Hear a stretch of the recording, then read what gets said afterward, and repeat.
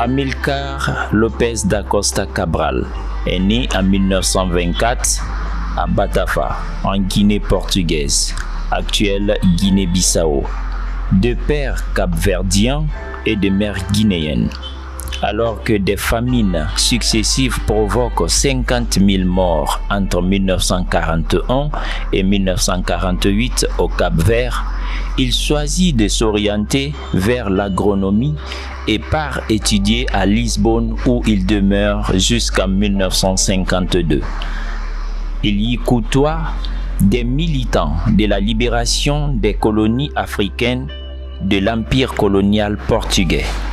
Certains de ces militants deviendront des meneurs de la lutte indépendantiste en Afrique lusophone, occidentale et australe, tels Mario Pinto de Andrade, Agostinho Neto, Viriato da Cruz, qui deviendra le premier secrétaire du Mouvement populaire de libération de l'Angola, MPLA.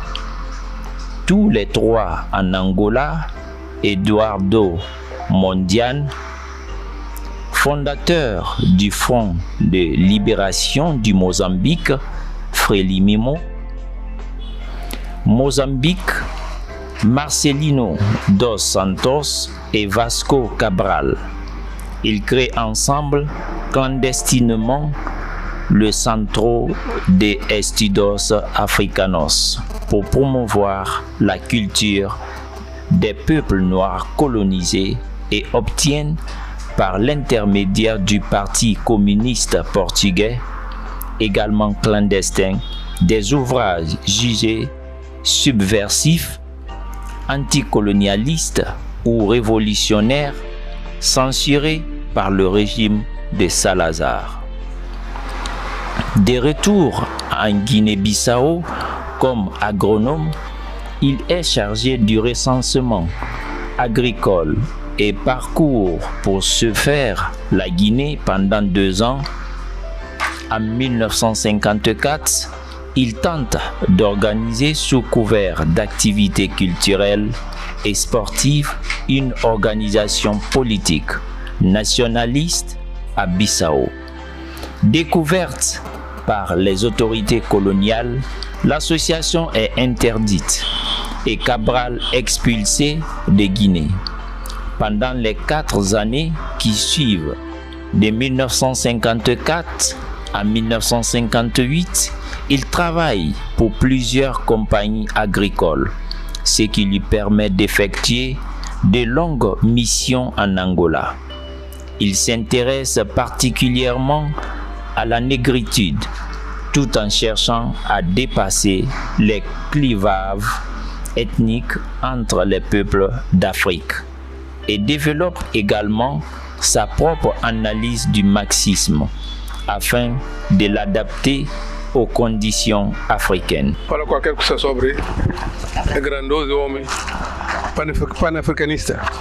Ele luta só para a Guiné, mas para tudo cantos de África, né? Que colonização só nele, ele luta para a independência de que terra. Então, não falar, e só para ele, mas é para tudo combatente liberar de pátria. É que sabe adiante, mas os combatentes também se traz. Me pensa como e merece a homenagem que não fazer assim. Portanto, viva Amilcar Lopes Cabral. Viva! Viva glória eterna Amilcar Cabral. Viva! Obrigado. En 1956, étant autorisé à revenir en Guinée une fois par an, il fonde le PAIGC, Parti africain pour l'indépendance de la Guinée et des îles du Cap-Vert, avec les personnes suivantes. Luis Cabral, son demi-frère, futur président de la République de Guinée-Bissau. Aristide Pereira, futur président de la République du Cap-Vert. Abilio Diarate, futur ministre et président de l'Assemblée nationale du Cap-Vert. Et Élisée Turpin. Cette organisation est alors clandestine et il est désigné secrétaire général.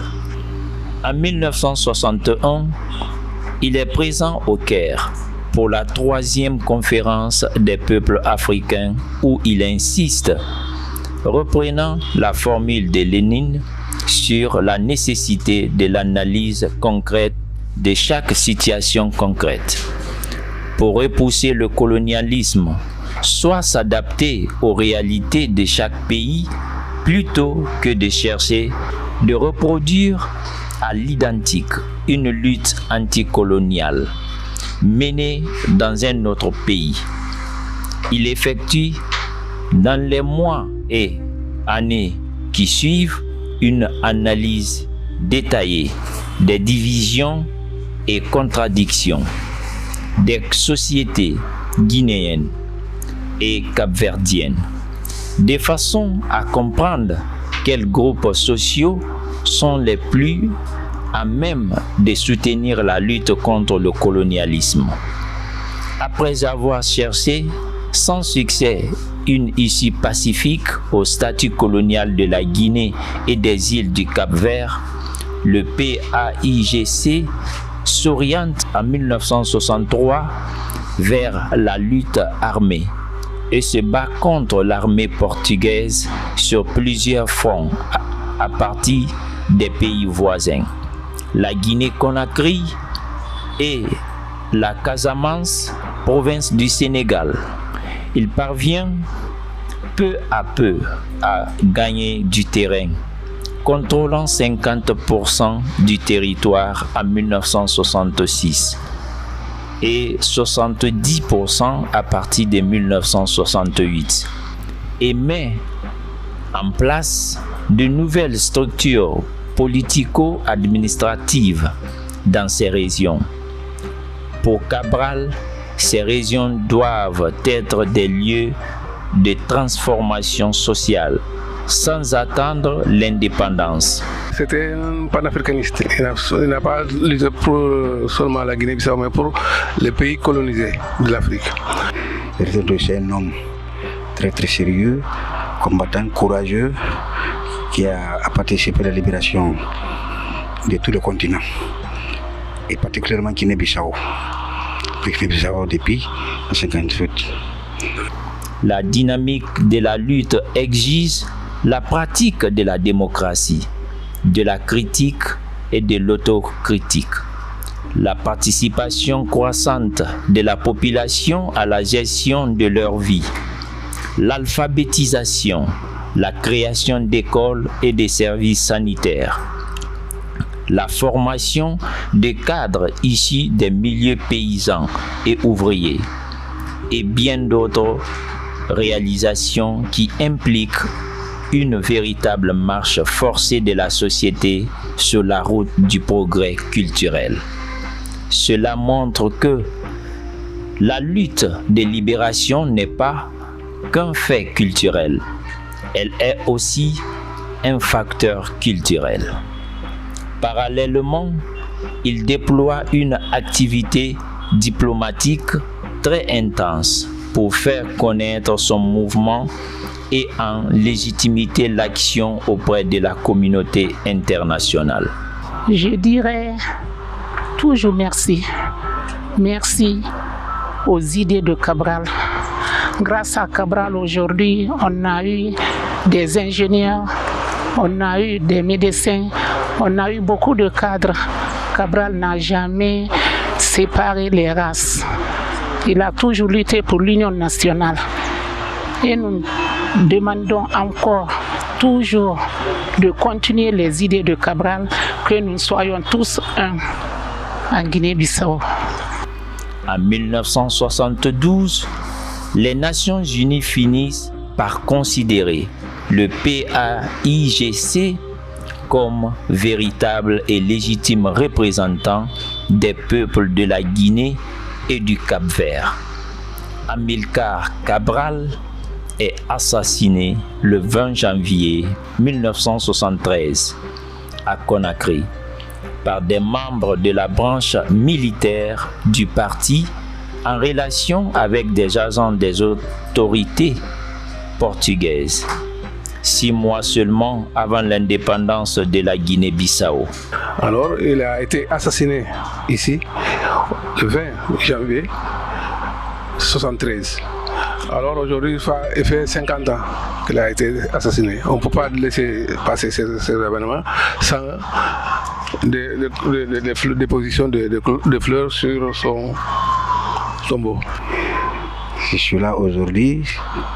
Ça fait un grand plaisir de participer au dépôt des herbes de fleurs au tombeau d'Amilcar Cabral. Je sens bien de vivre en sol guinéen parce que c'est un pays partenaire qui a reçu M. Amilcar Cabral avec tous ses compatriotes pendant des années que le Guinée acceptait tout pour la Guinée-Bissau pendant 11 ans, 6 mois, 12 jours. En tout cas, j'encourage les gens de connaître la biographie de Amilcar Cabral. C'est un panafricaniste. Il a lutté partout où il était pour la libération des peuples de l'Afrique, et non seulement pour terminer avec l'exploitation de l'homme pour l'homme. Alors maintenant, on est là, on suit ses idées jusqu'à présent. C'est un bon leader, il a fait tout pour ce pays. Amilcar Cabral ne verra donc jamais la reconnaissance de l'indépendance de la Guinée-Bissau et du Cap-Vert par le Portugal le 10 septembre 1974, cause pour laquelle il a combattu pendant plus de 20 ans.